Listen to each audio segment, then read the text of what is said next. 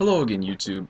This time I want to focus on a different aspect of the homosexuality debate that I didn't really cover extensively last time, and that is what the Bible has to say on this issue.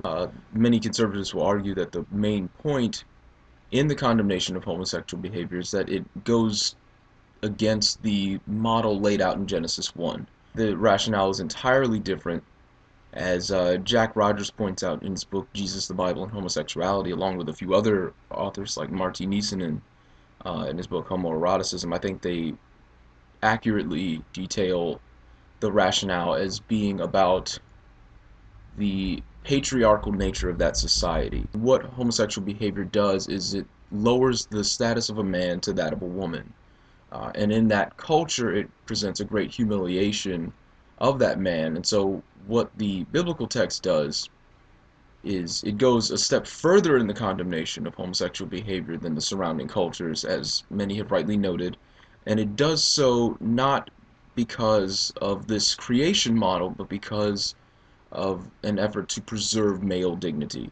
In Sodom and Gomorrah, for example, the Sodomites want to rape the men under Lot's house as a display that you're not welcome in this town.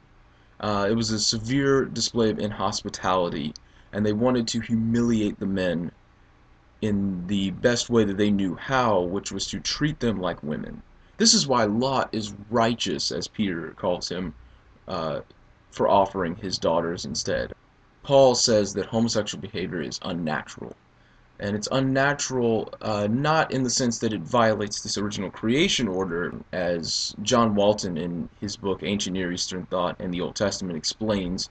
There is one solid motif of an ongoing general revelation through which God establishes his will, including in the way government works, including in the way society works. And so Paul means by unnatural, he means unconventional.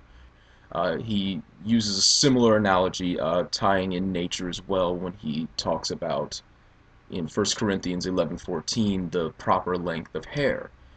That nature teaches us that a man should have a certain length of hair. Well, he doesn't mean, obviously, the way a man's hair will grow left to itself through the natural processes, nor does he mean the way it was designed from the beginning.